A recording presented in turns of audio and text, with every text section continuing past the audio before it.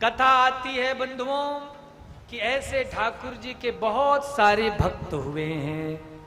माधव दास जी ने प्रार्थना की, भगवान मुझे श्री धाम वृंदावन जाना है। जगन्नाथ जी बोले वृंदावन जाना है? हाँ। बोले सुनो वृंदावन तो मेरा भी जाने का मन कर रहा है, मुझे भी ले चलो ना प्लीज। माधव दास जी बोले खबरदार, आप कितनी कथाएं पढ़ी हैं तो वृंदावन जाने का मन करा, लेकिन आपको नहीं ले जाऊंगा। क्यों? बोले सबसे पहली प्रॉब्लम, आपको इतना खिलाएगा कौन? महाराज जगन्नाथ मंदिर के जो लोग गए होंगे उन्हें पता होगा, जगन्नाथ प्रभु बहुत भोजन करते हैं।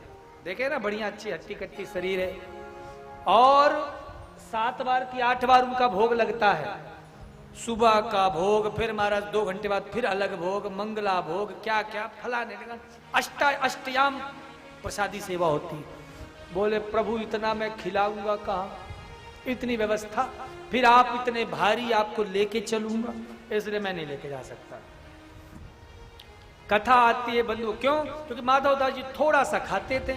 संतों का स्वभाव होता है, जरा सा प्रसादी पाते और बस उतने में ही कार्य बन जाता है।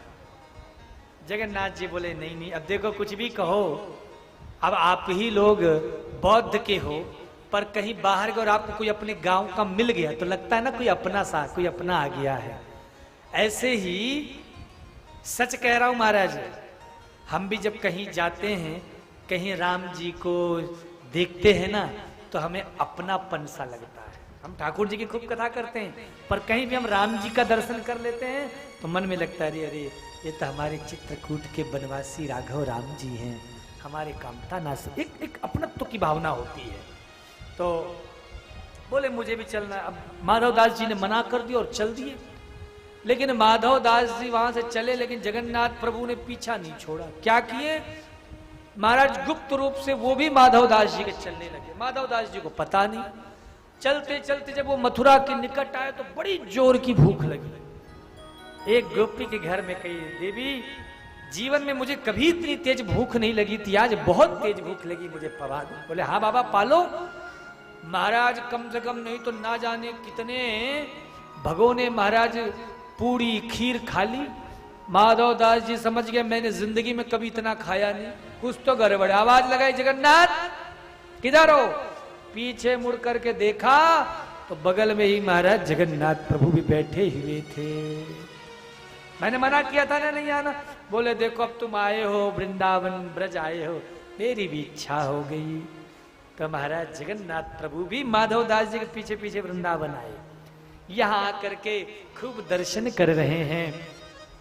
जब बिहारी जी के मंदिर गए तो अब इतनी भीड़ थी, दर्शन का अवसर ही नहीं मिला, क्योंकि जब तक में पहुंचे तब तक में भोग का समय हो गया था।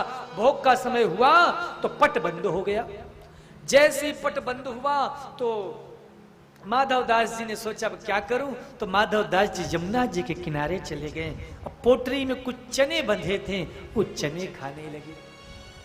जो बिहारी जी के मंदिर के गोसाई थे ना महाराज, उन्होंने जब पर्दा खोलकर देखा तो सारा भोजन प्रसादी का सामने धरा था और चने के 2-4 दाने सामने पड़े।